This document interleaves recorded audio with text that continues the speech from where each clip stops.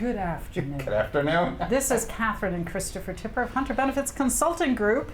Today is June 18th, and Sunday is Father's Day, and it's On the Couch, the Friday afternoon bourbon edition. Yay! Hey. Hello. Thank you, dear. All right, been waiting all week for this. So, our On the Couch video series is our attempt at being humorous and educational, all right? So we're going to try to help you learn a little bit more about ERISA and retirement plans, and we think we've got a good episode for you today. It's the fourth in our four-part series about who's the employer.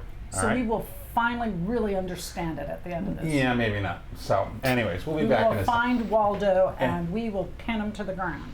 Okay, right. And we'll be back in a second.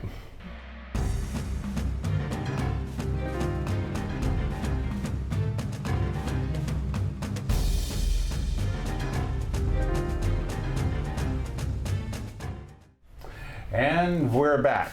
But before we dive into today's educational topic, I think Kristina has a Washington update for us. Kristina, have we got something new to worry about?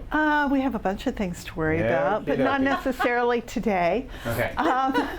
One of the things is if you have a participant who has claimed benefits and they've been denied, right. And so they go see an attorney and they start the whole process of, getting the denial reversed. If there were recorded phone conversations with that claimant, you need to provide those to the claimant's attorney. This is from the Department of Labor. Yes. They're getting very specific. Okay. Very specific. Right. That it is as much as a written document. Okay. Right. So you have to have that. The state of Maine is joining the other states that offer a state retirement plan. Cool. Yes. All right. It will be a while because they've got like 6 things sometime. that they have to do before they can even accept money. Okay. And the DOL, in their magnificence, has decided to add cybersecurity to their audits when they go in to audit a service provider or a plan sponsor.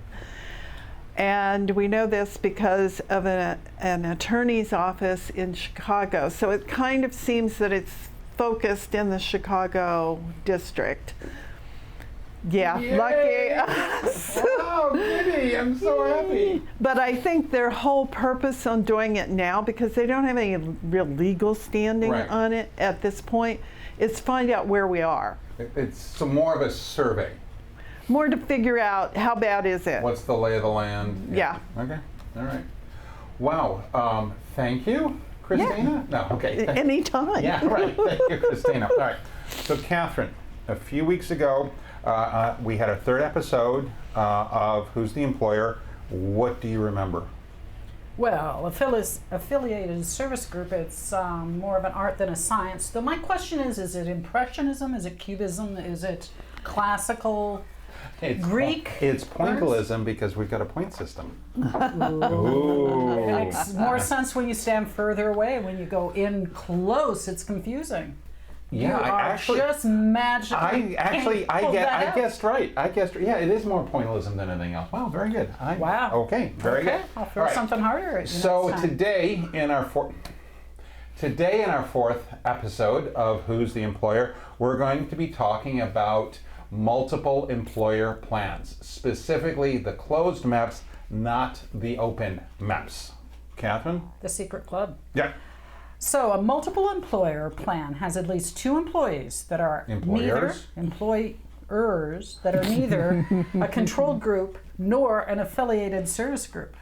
But you need to go through all the math of a controlled group or affiliated service group to see it's a multiple employer plan. You can't just take a shortcut and guess it's a MEP. No, that would not be prudent. No shortcut. So now, what makes MEP plans? Okay, so when we're saying MEP, that's short for multiple employer plan, which is going to get kind of tedious. So we're going to say MEP a lot more. All right. So one of the things that makes MEP plans more fun, quote, air quotes, all right, is that you can actually have controlled groups and affiliated service groups inside of a MEP, all right, and that can change from year to year. We had an employer, a plant, a few years ago. It's had a few years ago because they sold the company and shut everything down. But the ownership of the adopting employers inside the plan would change almost on a yearly basis. So 1 year, company A and B would be part of a control group, and C would be separate. And then the next year, A would be off by itself, and B and C would be part of a control group. And Filippo's doing the shoot myself in the head sign. Okay. Is that a law firm? Shoot myself in the head firm? Yeah, no. The law firms can go from year to year. Yeah, this was shifting back and forth. actually real estate, so they can do very crazy things here. So a multiple employer plan would usually be when you have entities, different employers that don't, well, as we said, there's just not enough common ownership to be a controlled group, but they're in manufacturing or something like that, so they're not meeting the affiliated service group rules. So, and again, you can end up having a lot more employees, participants inside a MEP, which means you may end up triggering the audit sooner than if you had separate plans. All right. Now, Catherine, why is it important to know who the employer is? Why do I feel like I need to take a sip of bourbon right now? It's the fourth one, and we're bringing it home, right? It's so well, that's part of it. So it's you know which employees need to be included in which group for testing. If every adopting employer is not part of a controlled group, then they need to be tested separately. Adopting employers that are part of a controlled group need to be tested as one. Right. So exactly. So if you've got 4 adopting employers and none of them are part of a controlled group or affiliated service group, you've got 4 non-discrimination and 4 coverage tests. Everything inside there is being tested separately. Yeah. Now, that one thing I didn't put down on here, which I just thought of, is that very often referring financial advisors will come to us and say, hey, we're going to do this. We've got an association. It's going to count as a closed MEP. We're going to put it together, and your compliance fees are going to be a lot less expensive, right? Wrong. The economies of scale inside a multiple employer plan only apply to record keeping.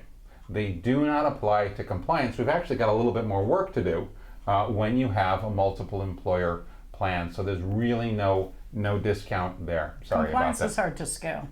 Right, exactly. So, basically. Exactly, yeah. So today's 3 takeaways are: we still have to do the math to figure out if it's a controlled group or affiliated service group inside the MEP when we're looking at the adopting employers. 2, there can be a mix of controlled groups and affiliated service groups inside the MEP, and they can change from year to year, so you need to do the calculation every time ownership changes. And 3, testing is performed on each individual adopting employer inside a MEP. So how does that sound? Are you happy that we're finished with Where's Waldo and who the employer is? Yeah, it sounds like a soap opera, but we can identify the players and what position they're playing this year, right? Absolutely, that's the main idea. Do we start with Carmen Sandiego next? Oh, all right. Well, it depends on your preference. I'm thinking Battle of the Bands. Okay, what do we normally do at a video, dear? So we go, here's looking at you. Here's looking at you, kid. And hopefully you're liking this, so if you like it, share, subscribe, comment. We're at hunterbenefits.com. If you'd like to ask me some more questions or tell me what I'm doing wrong, it's sales@hunterbenefits.com. Take care. Happy Father's Day, everybody. See you later.